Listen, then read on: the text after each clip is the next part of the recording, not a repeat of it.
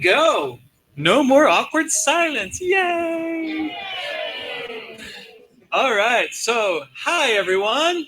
I'm MC Williams. I'm the host of the Myths Your Teacher Hated podcast. We've been going for 7 years now. Oof, it's really been that long.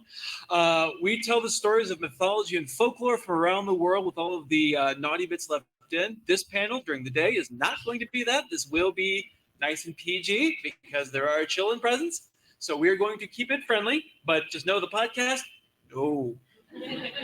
The old stories, no.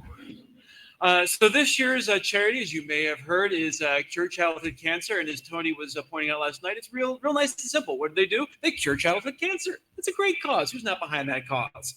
They are dedicated to curing childhood cancer through funding, targeted research, while supporting patients and their families. DragonCon has committed to matching on a dollar-for-dollar basis up to $125,000. If you've got cash, you've got a nice bucket. If you don't, because who has cash, there is a nice QR code where you can donate virtually, which is much easier because cash. As for the digital media track, we are also being sponsored by our good friends whose name is Zakat. I had to remember that, but I got there. We've got a nice poster there with another QR code as well. For over 22 years, they've been empowering lives through disaster relief, food distribution, orphan care, and a lot more. They've got great ratings through Charity Navigator and BBB. So they are a really great organization. Consider donating to them as well. So it's time for us to go where they got no troubles and life is the bubbles under the sea. This year we're talking, of course, about The Little Mermaid by Hans Christian Andersen, and of course the 1989 animated film and this year's live-action remake. The animated film was the first movie I personally can remember seeing in theaters, and yes, I'm dating myself.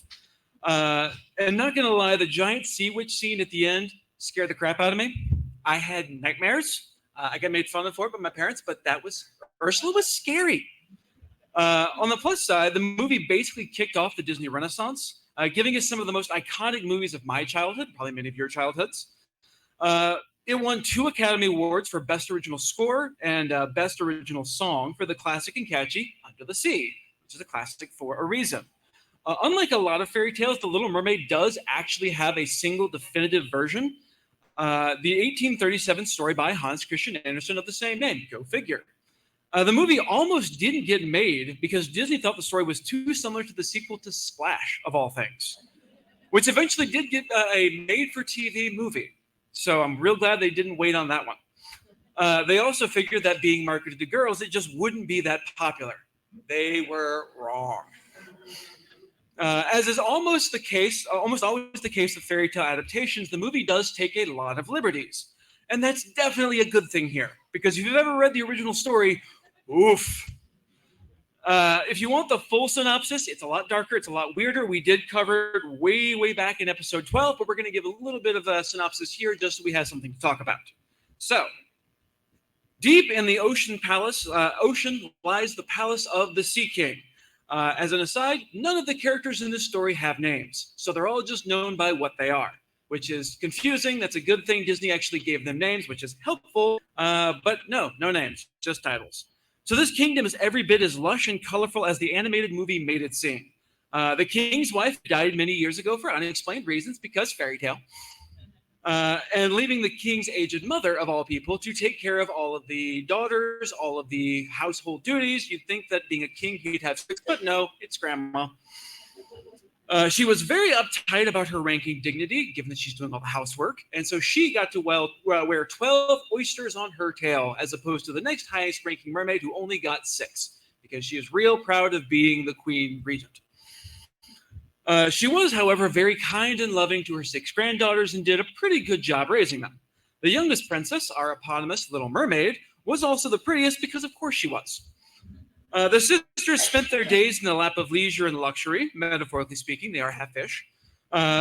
They spent most of their days playing, swimming, frolicking in the water, but their favorite place was, of course, this lavish garden where they all had their own separate places that they could grow their own favorite plants and do things in their own favorite shapes. So you had one that made a nice, beautiful whale, one that made herself because she's a little bit vain, and then you've got the Little Mermaid, who did this really ornate and huge sun, which she had never actually seen the sun except as a really distant watery reflection, because the mermaids were not allowed to go up to the surface until their 15th birthday.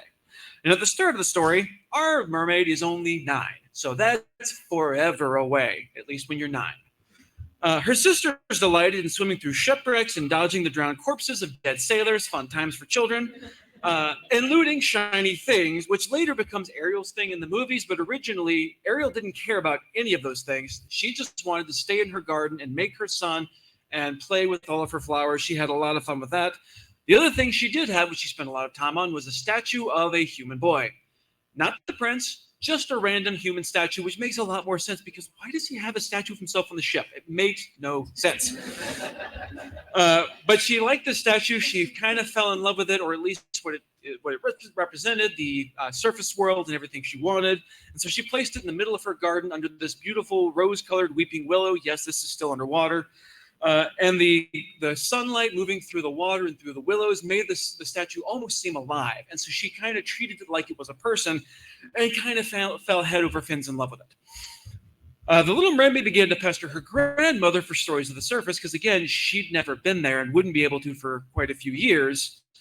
And she was told that when she turned 15, she'd finally be allowed to visit the surface, sit on the rocks by moonlight, watch the great ships rolling in, which sounds incredible. But 6 years is a long time. But finally, the eldest was 15 and was able to go to the surface. So she did. And she returned in the morning full of stories of what she had seen. The most beautiful thing, she said, was to lie on a sandbank and watch the stars twinkling in the velvet sky overhead, listening to the distant sound of music, voices, and pealing church bells. And there's a lot of church imagery in the story. If you haven't read it, it is real religious. The water is indicated by how deep it is in number of churches it would take, which is, anything to avoid the metric system. So eventually, another year goes by, the second sister goes up, and to her, the most beautiful thing was to watch the sunset over the vast ocean waves, which I dig. Another year, a third sister, who was much bolder than the other two, and she goes straight up into the river, into the inland. And so above her, she sees these strange, beautiful palaces with all the humans, and on the bank are these children playing. And she's like, oh, hey, I like playing. Want to play? And the children go, monster, monster, and run away. And they send their dog to go bark at it. And the mermaid was, of course, terrified, because the ocean pretty quiet generally. So she'd never had a barking dog, and she ran away in terror, which you should do. So the next year, the fourth sister comes, and she's as timid as the previous sister was bold. And so she goes out into the middle of the ocean, as far away as you can get from absolutely anything, and just kind of sits there. But she likes looking at the ships on the horizon and the clouds overhead. And to her, this is perfect, particularly when the dolphins come up and start splashing and playing. And she had lots of fun, I guess. The fifth sister's birthday was in winter. And so she was going down when it was this deep winter screen, and this really nice chilly with icebergs floating everywhere like pearls on the ocean surface. And she has all these really great stories as this hurricane comes along and starts whipping up into a storm. And she's laughing into the teeth of the gale as these ships are struggling not to die. She's kind of cruel. But they all eventually come down. They tell the littlest mermaid about this, and she is so jealous. And her turn is never going to come. Meanwhile, the older sisters are like so over it. I mean, the surface, that we've done it. We're too old for things like the surface. But sometimes I guess we're just so bored. I guess we'll go up to the surface and laugh at the ships in the hurricanes, blah, blah, blah. And they would sit there and sing in those ethereal siren voices, just like Ariel does in the movie. And the sailors, who couldn't understand mermaid speak, thought it was just part of the ship and part of their doom. And they were kind of right. It usually doesn't end well for them when they're in a hurricane. So finally, the littlest mermaid's 15th birthday comes, and she wants to go up, but nope, she's got some other things to do first. So first thing she's got to do is get a wreath on her head and oysters on her tail. The wreath is these really heavy lilies, which was weighing down. It's hurting her neck. The oysters bite into her tail. It's incredibly painful, and they make a really big deal about how much this hurts. She complains to her grandmother about how much it hurts, and her grandmother tells her, quote, "Pride must suffer pain," which seems like a terrible lesson to give a child. But she puts up with it. She's a princess. She knows how to suffer with dignity. And finally, she can actually go up to the surface and have fun, and so she does. That night, it's utterly still, and there's this enormous three-masted ship on the horizon that is becalmed. There's not a breath of wind, and this, of course, is the prince's ship. They got that part right. And they're celebrating the prince's 16th birthday, complete with fireworks. And so she's sitting there watching as he dances because, becalmed, the ship sailors have nothing to do, so they do what they always do, which is sing and get drunk. And so they're having a little party because why not? And so she's watching as these fireworks go off, and he's dancing, and he reminds her kind of her statue. And he is now the most beautiful thing she's ever seen, and she transfers all that love she has for her statue straight to the prince, who, again, she has never interacted with. So she loves the statue who's moving now, I kind of guess. But the storm kind of picks up, and the ship goes, and she's like, oh no, my statue, I have to save him. And so she goes and swims and saves the prince, and everyone who doesn't have a mermaid rescuer drowns, because this is not Disney, they're all dead. Every last one of them. But she manages to keep him afloat, and particularly in the morning when he's kind of pale and, not doing so hot being out in the water all night. But his paleness reminds her even more of the statue, and she is 100% in love with him. But she does realize that humans, need land. So she takes him to this beach nearby, and she hears the bells of this nearby church go off. Told you, lots of religious imagery. And she leaves him on the beach, and she goes and hides behind a rock, watching to make sure he's okay, but also, she's not quite sure what's going on. But this whole gaggle of schoolgirls comes out, all about 15, 16, and one of them sees the prince lying on the beach and is like, oh, someone's almost drowned. And she runs over, gives him whatever their version of CPR was in 1837. I don't know, something with a fish. I'm not sure. But he comes around, he's feeling great, and he doesn't remember the mermaid, so he thinks she saved him. And she also thinks she saved him. So both of them are like, yes, this is definitely what happened. And the Little Mermaid's over there just going, but she can't say anything. She can't do anything. So she just kind of watches this happen and then goes back down to her garden. But now she's sad. She's sad in the way only 15-year-old girls can be sad. And so she's letting her garden get completely neglected. She's just moping around. And finally, one of her sister's friends figures out what's going on and finds out where the prince is living and goes, hey, I can show you where he is. And she's like, really? Let's go right now. So they do. She goes and asks her grandmother again about the surface world because she wants to know, the details they wouldn't give her as a 15-year-old.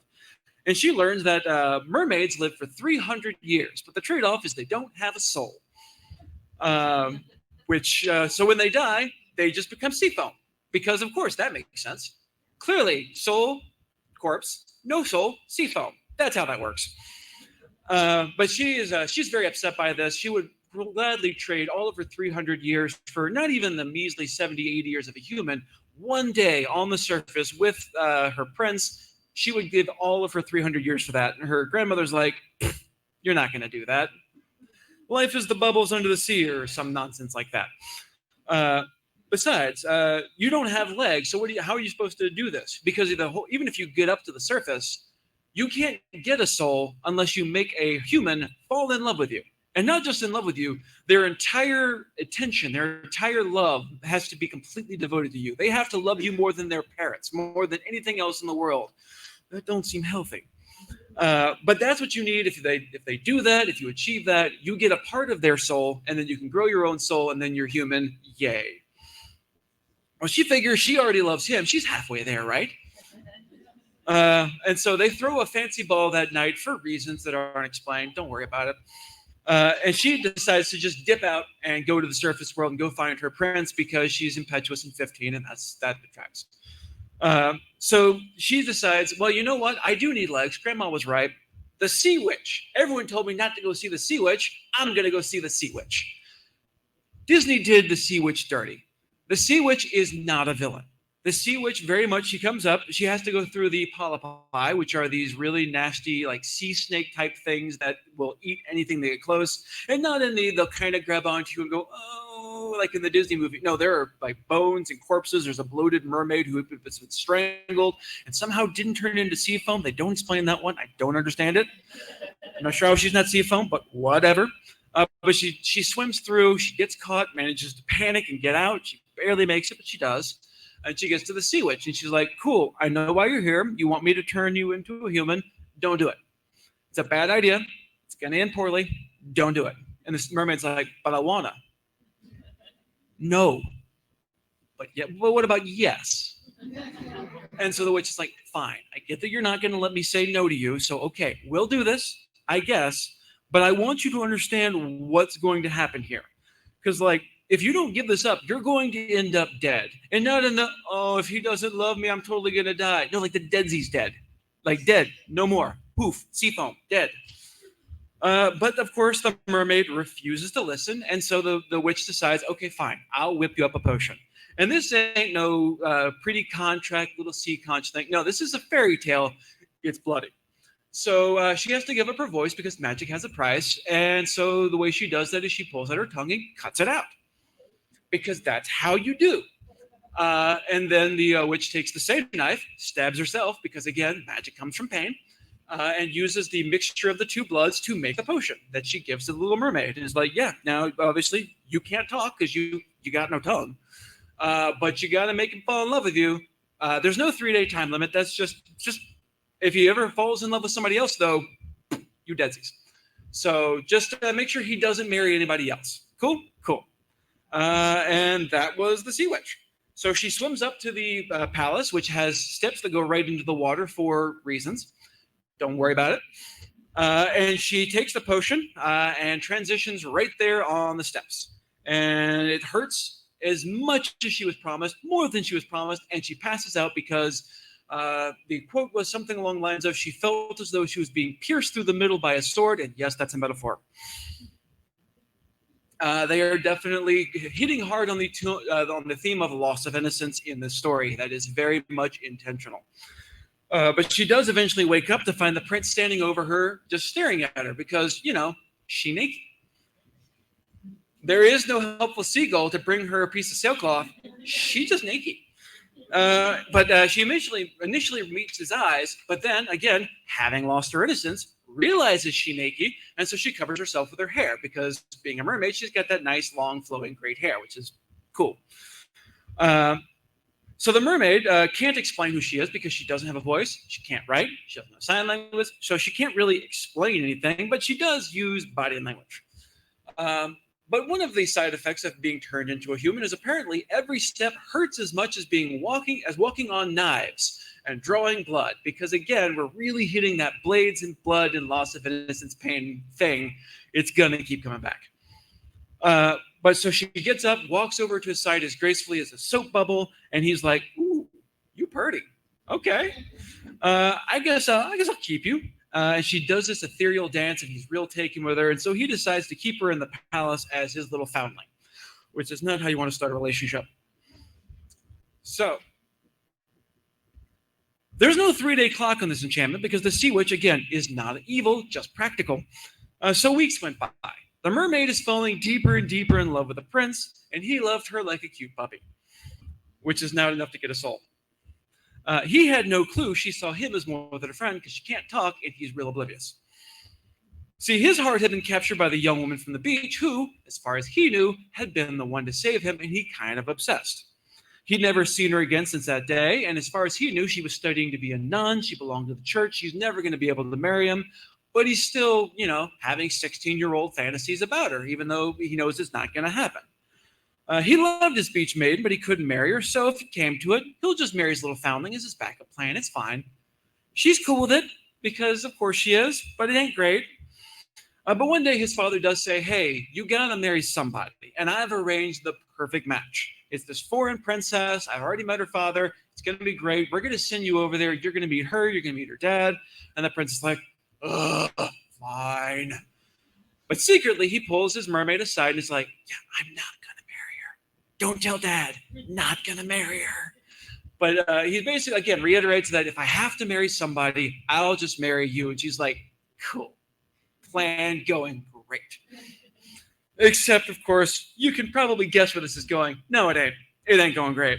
Because he gets there, and the princess is not there because, she's off in a religious school somewhere and hasn't come back yet, but she's due back any day. That's right. She's beach maiden.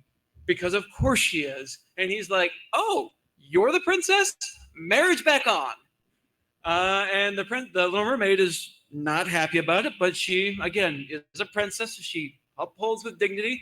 And as a final little just twist of the knife, She ends up holding the train of the princess as she walks down the aisle to get married. Yeah, it's brutal. She's trying real hard to be happy for him, but it's real hard to be happy when you know that the next sunrise you're going to be dead. That's kind of weighing on her just a little bit. So they get married. They go off on a ship to go back to the Princess Island. Everyone else parties, goes to bed, but she's staying up because it's literally the last hours of her life. So she's gonna watch them go by. So she's alone on the deck as she's watching this happen, and her sisters pop up out of the ocean, and they tell her, "Hey, guess what? We sold all of our hair. We're all bald now, and we got you a nice a counter potion to the one you took. One catch: you got to kill the prince." So here's a knife, stab him in the heart with this, and his blood on your feet will make you a mermaid again. You can live out the rest of your life. Cool? Bye. And they give her the knife, and she goes into the bedchamber, not really sure if she's going to do it, but also she about to die. And she sees the prince sleeping with his new wife, sleeping on his chest, and she's like, "Can I do this?" And then he murmurs his new wife's name, and she's like, "I cannot do this." So she throws the knife out into the water where it turns into blood because, again, blood magic keeps coming back. And she goes and leaps towards the boat to turn into sea foam as the first rays of the sun pass over the waters. And then, plot twist, no, she doesn't, because there's a thing called the Daughters of the Air, which has never been mentioned before, but it's totally a thing, guys. And it turns out that by sacrificing herself to save her prince, she has done enough good to become one of the Daughters of the Air, who are these spirits kind of like guardian angels who float around and do good deeds. And if they do enough good deeds over 300 years, they get a soul and get to be human or go to heaven or something. It's not really clear, but good things, sure, definitely. Of course, there's always a catch because there's a fairy tale. It's a catch. So they have to, whenever they go into a house, the first thing they have to do is go meet the children. And if the children are good, then they get a year taken off of their 300 years. Great. If the child is naughty, however, they are going to cry, and for every tear, they get an extra day added to their sentence. So kids, be good or else. And that's it. That's where the story ends. So maybe she's still a Daughter of the Air doing good things. Who knows? Depends on how many naughty kids she met. So there are always changes to the fairy tales when Disney gets their mousy hands on them. But in this case, I think the changes mostly strengthen the story. Anderson's tale spends an absurd amount of time describing things that really, really don't matter. The number of descriptions of pieces of plants and churches and it's a lot, guys. It's a lot. You do lose the brutal cautionary tale about growing up too soon, especially since everything just kind of works out for Ariel. But you do instead get a story about parents respecting a child's independence and letting them grow up, and it works out for everyone except Ursula because she's the villain and she got to die. So, I mean, the movie is for all ages, so they got to make it a little more family-friendly, my own terrifying fear of Ursula notwithstanding.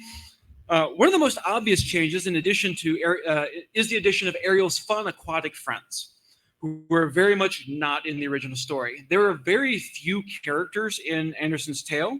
And again, as I mentioned, none of them have names. So you didn't have your good Sebastian and Scuttle and Flounder, who had always bothered me was not a flounder. Like, I get it. Maybe he's supposed to be two flounder because he flounders a lot, but I just, he's named Flounder and he's not a flounder. It bothers me. They do help move the plot along. They add a lot of variety. They add a lot of humor. They're a lot of fun. I'm glad they're there. Especially given the 3-day time limit, because Ariel would not have gotten anywhere without Sebastian to save the day. The original Sea Witch was less of a witch, as I mentioned, less of a villain. She was definitely a cautionary tale about a plucky teen overcoming the evil hag's machinations. In the new one and in the original, she was there as a plot device to get her to humandom and to also warn her, hey, this is a bad idea and here's why it's a bad idea. Just keep that in mind. Her selfless nature isn't enough for her to get the happy fairy tale ending in the original story, but it is enough for her to get a real shot at what she actually wanted this whole time, which is a soul. The prince was always more of a stand-in for what she really wanted, which was to spend a bunch of time on the surface to get a soul. And as a Daughter of the Air, she actually gets to see more of the world. She gets a real chance at a soul that isn't a knockoff of someone else's soul. So in the end, she really does get what she wanted, even if it's not the fairy tale happy ending that you would expect at the end of a Disney movie. She was infatuated with the prince, sure, but the real lure was the hope for this other life, this other world that she wanted. The version of this story takes months to play out, where it works great on the page, not so much in a 90-minute movie. So the elderly witch you got is a harsh voice of reason, but unlike the grandmother, doesn't try to dictate the mermaid's choices, which is a key difference between the grandmother and the witch. She recognizes that the little mermaid is in the process of growing up, lays out the pertinent information, and lets her make her own mistakes. She knows it's a mistake. She tells her it's a mistake, but she's not going to stop her from making the mistake because it's her life and she needs to make her own mistakes. Ursula, on the other hand, is a cunning, conniving monster with a killer villain song who is manipulating Ariel for her own nebulous but nefarious purposes the whole time. She's a snake oil sales witch with an axe to grind and her eyes on King Triton's crown and trident from the very beginning. It works way better for the kind of story Disney likes to tell, but you do lose something in that translation. Disney also removed some of that blood and gore that we mentioned. Anderson's version is peppered with waterlogged corpses of drowned sailors, agonizing fashion, excruciating transformations, murderous plotting, all the fun things that fairy tales and mythology are made of. The live-action version went a little bit back to its roots, bringing back the blood magic, though a much less horrifying version than cutting out her tongue. And you do also kill off Triton, well, for all of 5 minutes. He's fine. He got better. The animated version took away the love of thingamabobs and secret gardens from the mermaid sisters and gave all of it to Ariel. In the original, Ariel's sisters basically don't exist. They do little more than show that Ariel is out of place and that her sisters are all this nice cohesive unit and Ariel's a rebel, outsider. The live-action version does give a little more agency back to the sisters, which is nice, as well as making their role as embodiments of the seven seas a little more explicit, which I always thought was a cool conceit, that each of the mermaids is one of the seven seas. I just thought that was a fun thing. The animated version did eventually give the sisters names, but not until the sequels and the TV show. And all of them start with A to match Ariel's name. So you've got Atina, Alana, Adela, Aquata, Arista, and Andrina. But in the 2023 versions, all the sisters' names end with A, except for Ariel, showing that she is different from her sisters. You've got Perla, Indira, Mala, Tamika, Karina, and Caspia. So you're showing from the very beginning that Ariel's a little bit different from her sister. She doesn't fit the same pattern. She doesn't fit the same mold.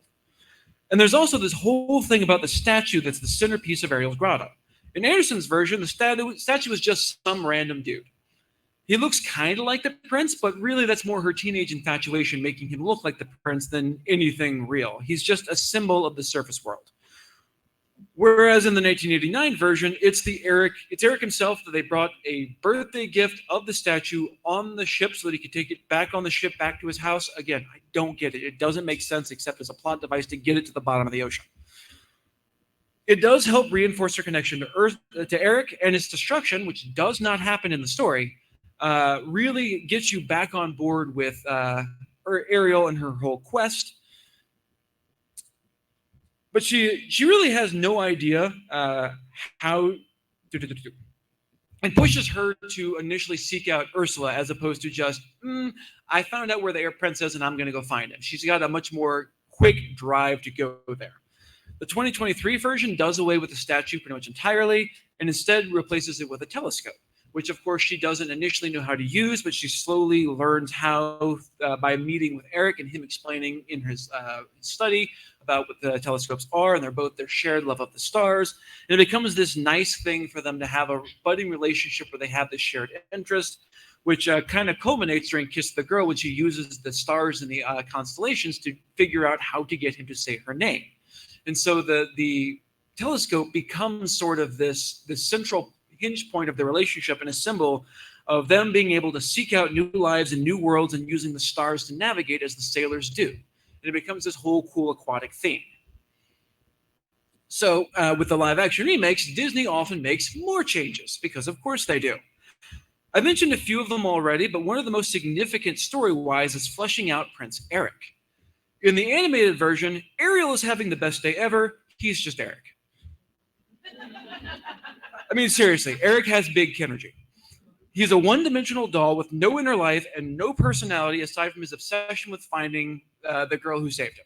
That's it. That's his whole motivation. He has nothing aside from that.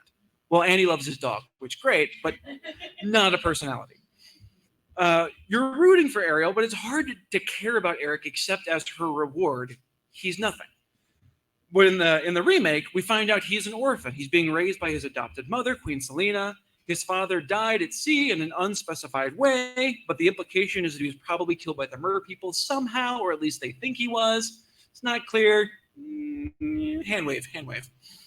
This makes him a nice parallel to Ariel, who, of course, her mother was killed off in an unspecified way off screen, probably by the humans, particularly given that the first time we see the humans, they're spearfishing for mermaids. That don't bode well for mermaids.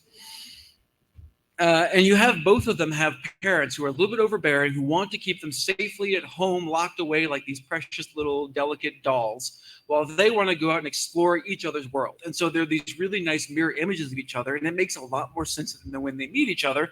They have this bond, and this connection, and this relationship. It also makes Triton's warnings about the humans much more concrete and real. Not that you really needed it, because humans are terrible. So yeah, I bought that from the beginning, but watching them spearfish for mermaids, you're like, yeah, no, Triton, you're on board. Not gonna lie, Sebastian really makes Under the Sea seem real appealing. Seems real nice. You've also got a few new songs which run the gamut from solid to nigh unlistenable. Wild Uncharted Waters, Eric's ballad about longing to explore the world, is a really nice mirror to Part of Your World. It continues the pattern from the original score of giving each character kind of a different musical style to parallel their own personalities and their place in the world. And so it does a really cool job of doing that mirror image of Part of Your World. And then you've got Ariel's For the First Time, which is this fun little ditty that follows her foray into the surface world. And if you're paying attention, you'll notice she gets a taste of everything she talks about during Part of Your World. She gets to see the people dancing while walking around in those, what do you call them? Oh, feet. She gets to stay all day in the sun. She finds out what fire is. She finds out it's hot and you shouldn't touch. She doesn't learn that lesson very well, but she'll figure it out eventually. It's satisfying, if not earth-shattering, but then you get to the abomination that is Scuttlebutt. Look, I love Lin-Manuel Miranda. I love his work, but not everything needs to be a rap. It comes out of nowhere. It's totally at odds with the rest of the soundtrack. It does nothing to further the plot. On the other hand, they did also get rid of the equally terrible La Poisson, the fishes, by the incredibly stereotypical French Louis, who does nothing, is just a weird little side plot and just uncomfortable. And I'm real glad they didn't make that live action, because that would have been horrifying. Good riddance to bad rubbish with him, but the new reprise of Part of Your World was really, really cool. It feels like something that should have been part of the original soundtrack, showing her disillusionment with the surface world and realizing that it wasn't what she thought it was, that this dream nothing could ever live up to what she wanted things to be. I really loved that reprise. I really think that should have been in the original movie from the beginning. I'm glad they finally added it. So, the live action does also fix one of the most frustrating plot holes from the animated film. Do the animals speak human or not? Because Scuttle and Sebastian clearly understand the humans, which, okay, not a big deal. Magical animals, I can accept that. The problem is that Eric clearly understands Sebastian during Kiss the Girl when Sebastian tells him Ariel's name. So if he can talk to Sebastian, why doesn't he just tell him about the whole magical thing, about Ariel and about the whole thing? He could have solved the whole plot right there. Fixed it all. I mean, instead of forcing her to rely on his Ursula cackles, body language. This leads into the second major plot hole. Why didn't Ariel explain what's going on to Eric? Sure, she lost her voice, but she's clearly literate. She reads and signs a contract with Ursula. Okay, she skims it, but that's teenage impatience. She can read it. So why not just write a helpful little note? At the very least, tell her her name. Tell him that she's Beach Girl. You could have, again, solved the whole plot just by writing it down. The new movie abandons the contract, which was a good move. They opt for the blood magic, so now I can accept mer people don't have language, or don't have written language. Great. On board. I mean, she does have that stack of human books, which magically haven't rotted away in the incredibly caustic seawater. Don't understand how that works, but I can accept that she can't read them, because if you drop a whole stack of Greek book next to me, I'm just going to look at the pretty pictures. I don't know how to read that, and no amount of time staring at it is going to teach me. So I believe that she doesn't know how to read or write. Mermaids don't need it. Great. Get it. It also does away with Sebastian speaking to Eric during the Kiss the Girl song. Instead, you have Ariel having some agency, doing her own thing, actually being proactive in the story, which was nice. It's nice to see Ariel actually doing something. Like, Sebastian is still setting the mood, but only in a way that could be theoretically natural. I mean, sure, it stretches all limits of probability, but it could be natural. Ariel gets to actually do the work. She uses their conversations with the stars and constellations to get him to say her name. Say my name. Speaking of blood magic, the new movie also makes a tweak to the bargain. As the Little Mermaid is desperately swimming to the surface, Ursula wipes her memory of all the details. And since Sebastian, Flounder, and Scuttle weren't there, they can't fill in the gaps. This adds a new layer of evil machinations to Ursula's plotting, sure, but it also cleans up Ariel's motivations. Because now she's not going, I got 3 days to get him to kiss me or else. She's just having a relationship with him, which is great. It makes it a lot less creepy that she's going like, no, kiss me, kiss me, kiss me, kiss me, kiss me. She's not angling for the titular kiss. She just likes a boy. I like it. So even a classic movie is not without problems. Ariel is a beloved Disney princess, but she's also a pretty passive character. True, she rescues Eric at the beginning, and she has her teenage rebellion swimming off for the Forbidden Sea Witch after Triton smashes her grotto, but she goes pretty passive thereafter. Ursula easily manipulates her naivete, and she has to immediately be rescued by her fishy friends after being transformed deep underwater. She spends the rest of the movie letting the other characters move the plot along. Sebastian sets up the romantic interlude that almost gets that kiss. Triton bargains her away from Ursula. Eric slays the evil Ursula and saves the day. And the mermaid's just kind of there. The 2023 version does balance this out a little bit better. Ariel still needs to be brought to the surface after her transformation, but she immediately starts being active and getting to know Eric. Sebastian sets the mood, but Ariel figures out how to tell the prince her name. Scuttle learns that Ursula is masquerading as Vanessa, but Ariel grabs the shell and smashes it, getting her voice back and ending the spell. Eric sure ends up landing the killing blow on Ursula, but only after Ariel saves him from a lethal attack. It's a nice back and forth where everyone is doing things, but she's also doing things for herself, and it makes her relationship with Eric much more balanced and much more believable. Disneyfication does have a huge impact on the animated film, which nearly passes the Bechdel test, but not quite. For those who don't know, the Bechdel test requires that a movie to meet 3 conditions. 1, you have at least 2 named female characters who, 2, have a conversation, 3, about something besides a man. Ursula and Ariel are named and do have a conversation, but it's entirely around how she can get a man using magic. Carlotta the maid does have a whole conversation at Ariel in the new version, which is close, but Ariel obviously doesn't have a voice, can't respond. You do have her sisters talking about her and having a whole conversation at the beginning, but that does pretty quickly go to how Ariel is definitely in love with a boy, so kind of not really. But you do finally have Scuttle and Ariel, who, since Scuttle in this version is voiced by Awkwafina, you do have them having a whole conversation about human artifacts and about the surface world. So there, at least, you finally get an actual conversation about that isn't about boys. So we finally got there. One conversation. Yay. Well, the love at first sight trope is common in fairy tales. It doesn't make it any less frustrating. When Ariel declares, Daddy, I love him as a kid, you're like, yeah, you go, girl. You got this. As an adult, you're watching it and go, girl, your father is not being unreasonable here. You don't know him. Especially given that his fears about what humans would do to a captured mermaid are very, very realistic. Yeah, you're totally on board with that. No, this is a terrible idea and you should not be doing this. That's part of why you have the whole thing with Triton destroying the statue in the grotto, because his points are reasonable. So they do that thing in movies where the person has to do something way over the top to get you back on board with the protagonist. Because once he destroys all of her stuff, you're like, I guess I'm on board with Ariel again. I guess, yeah, let's go get the prince. Where Anderson's story is a tale of mistakes and redemption. Her bargain is never about the boy. The prince is hot and she likes him, but he's a symbol of what she really wants, a soul and a life on the surface. She wants to be where the people are, and she'll do whatever it takes to get there. Only when it comes down to it, she can't actually murder innocent people to get it. She doesn't have a soul, but she does have a heart.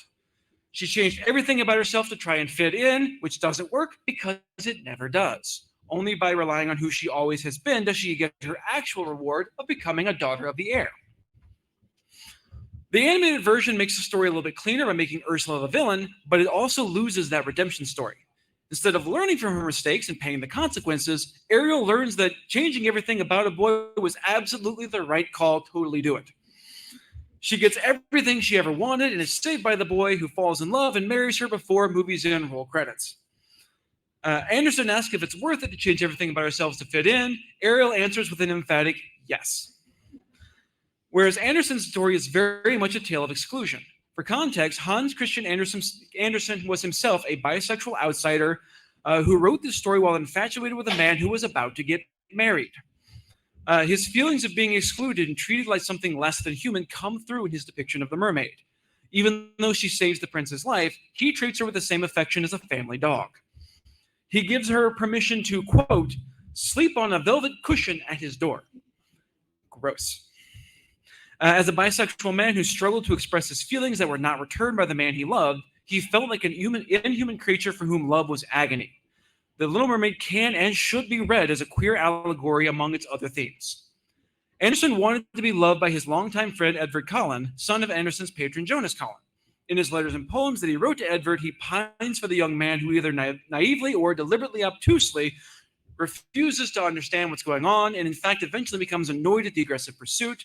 The final insult for Anderson came when, after Edvard announced his plans to be married, he called Anderson a worthy friend months before the wedding, which Anderson didn't want to be a friend. He wanted to be much more than friends. And so he saw this as a denial and a betrayal. Skips the wedding to work on, you guessed it, the Little Mermaid. And so he very much is putting himself into the mermaid. He saw himself in her, meant to be a candle of talent to light the world, her with his voice, him with his words. But they both are unable to express their true feelings and unable to win the affection, the object of their real affection, who treats them as someone less than worthy and marries someone who is definitely less worthy than they are. So the mermaid, through her pain and self-sacrifice, is finally able to get her true reward. Anderson could only hope that he would one day get to do the same. It shouldn't be surprising that our villain Ursula is essentially a drag performance, given all of this. The look and persona of Ursula in the 1989 version was explicitly inspired by the infamous drag performer Divine. As such, the whole conversation with Ariel, especially the performance of Poor Unfortunate Souls, which is a banger, is about the wise and jaded older witch teaching Ariel about traditional gender roles. Ursula doesn't symbolize women so much as she performs them, and in doing so, she teaches Ariel that gender is a construct. In another context, this would be liberating, but Ursula is the villain, and so uses this to manipulate Ariel, making the whole lesson a lot more complicated. On the one hand, she teaches Ariel that gender is a social construct rather than a natural category, and to embrace her sensuality. But on the other hand, she manipulates Ariel into giving up her voice and autonomy to literally become a voiceless accessory for the prince. As the stereotypical wicked woman, Ursula, of course, has to die, and it's Eric who has to kill her, piercing her through the midsection with his very phallic ship masthead, and no, that's not an accident. As we've seen with the whole story, there's a whole running thing with weapons and piercing and blood. It is a thing and is very much on purpose. So with the 2023 remake, you do, of course, also get the added blowback about the casting of Halle Bailey as Ariel. The fury around casting a black actress in the role of Ariel was as predictable as it was upsetting. People don't like that the previously white mermaid was played by a black woman, but honestly, a black mermaid makes more sense for the setting and fits with the themes of identity, self-discovery, and being an outsider struggling to make it in an unaccepting world. The animated setting is never explicitly located, but come on, it's the Caribbean. All the fish are tropical. Sebastian has a Jamaican accent. It's definitely in the Caribbean. The Little Mermaid has always been a subversive story intended as an explicit rejection of typical fairy tale tropes, and that's coming from the author himself.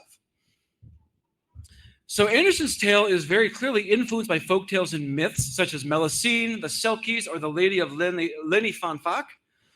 In each of these, a man marries a water spirit and then inevitably breaks some taboo, either by spying on her, scolding her, hitting her, things you shouldn't be doing anyway. and then she vanishes forever, leaving him and her children behind. You've also got the 14th century poem, Peter von Stauffenberg, where a man marries a fairy in return for great fortune before then betraying her and marrying a mortal princess. In retribution, the fairy causes his death, which, fair. These tales were also the inspirations for the 1811 novella Undine by Friedrich de la Motte Fouquet. Undine is a water spirit who marries a human knight and gains a soul, transforming her from a wild, free spirit to a docile, affectionate wife. The knight then falls for another woman, rejecting Undine, and she vanishes back into the water. As the wedding day nears, she returns and unwillingly gives him the kiss of death, and then grieves over his corpse and turns into a fountain and stays there forever. Which, me? In a letter to a friend in 1837, Anderson mentioned Undine in particular, saying that he deliberately didn't end the story with the mermaid getting a soul from the prince. He wanted it to be a rejection of the tropes in Undine. He wants her to get her happiness and redemption on her own terms, not dependent on someone else. It has to be her choice. She will earn a soul as a daughter of the air rather than by having the cute guy she met keep her. So one of the most... Anderson's mermaid is also influenced, of course, by the Greek mythology, with the sirens, those water spirits who have from the Odyssey and from a couple other tales, who have those incredibly haunting voices that draw men to their deaths. You've also got the Selkies, the dual-natured water spirits from Celtic and Norse mythology, who can be seal or human, and they can also be helpful or destructive. There's a whole lot of duality with the Selkies. They can be trapped into marrying mortal men if you steal their seal coats while they're on the land. But those marriages are always unhappy and almost always end with them fleeing as soon as they get their hands on their coats and abandoning their husband forever, which again, fair. One of the prevalent complaints about 2023 was the very concept of a black mermaid because, quote, mermaids are European. No, they're not. Pretty much every culture that sailed across the seas, and plenty more that just had lakes and rivers, had stories of water spirits, often half fish or other half water creature. One of the most prevalent of these is Mamiwata, also known as La Sirene, who is venerated in West, Central, and Southern Africa, as well as anywhere African slaves were brought. So, the Caribbean. You've also got, in Zimbabwe, you've got the Njuzu, who are you only ever have one living in any particular body of water at a time because they're real jealous of each other. So there's only ever one Njuzu in a place. And they also sometimes kidnap people. They can be benevolent and vindictive, but if they do kidnap you, good news, all you got to do is bribe them with beer and they'll be right back. Sam. You've also, of course, got the Neo-Taino nations of the Caribbean who have their own mermaid known as Aikaya, a mortal woman who was transformed after her beautiful singing attracted too many men, annoying the local women. They prayed to Mother Jagua to stop her, but their canoe sank, maybe because of their prayers, don't know. And they were transformed into mermaids, and Aikaya was transformed into the Majagua flower. Although in other versions, she is transformed into mermaids. This being mythology, there's always multiple versions, and they often conflict. Just go with it. And in Brazil, you've got the Ayara, a water-dwelling beauty known to prey on fishermen after enchanting them with her gorgeous voice. This story is heavily influenced by the colonization of the Portuguese, likely combining their story of the enchanted Moura, a shape-shifted girl from North Africa, and the indigenous story of the water devil Ipopiara, a male water spirit who would attack and eat fishermen. And then, of course, you've also got mermaids who show up in the 1001 Arabian Nights, or the 1001 Nights, depending on which translation you're reading. There are several different stories where you have sea people who appear human but have the ability to live underwater. You can't tell until they go underwater that they're not human, which again is one of those influences that's definitely there. Think Aquaman and you're in the right ballpark. So stretching back as far as the old Babylonian period, you've got human people with fish tails who also show up in Mesopotamian art. You've also got the mermaids who are known as Kulitu and the mermen Kululu. The ancient Syrians even had their own mermaid goddess known as Semiramis, who was contemporary with the Greek stories. So it has never been just a European thing. This has always been a worldwide myth. Should come as no surprise that they also show up in Asian stories, such as the Chinese stories of the Renyu, the human fish, or the Hai Renyu, the sea human fish, who lives in the ocean instead of lakes. It's really convenient how that works out.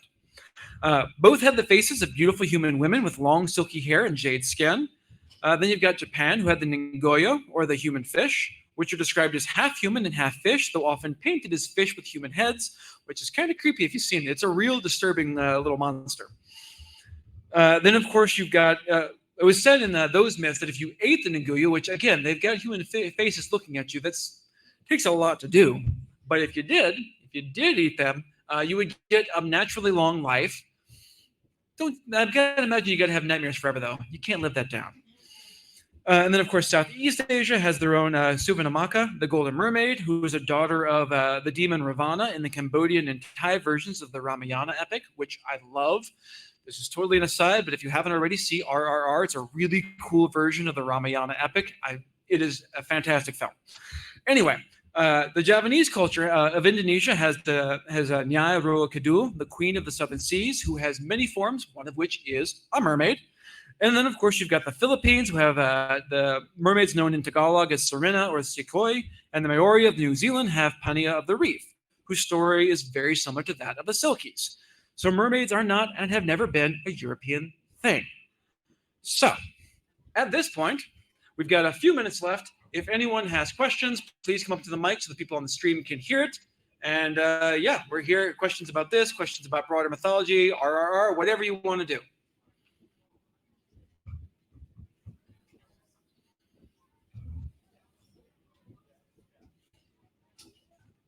Or not. I'll just sing the awkward song again.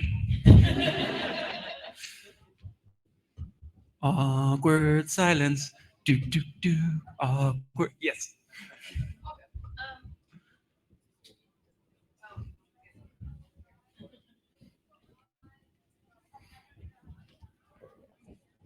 Hello. Yes. There we go.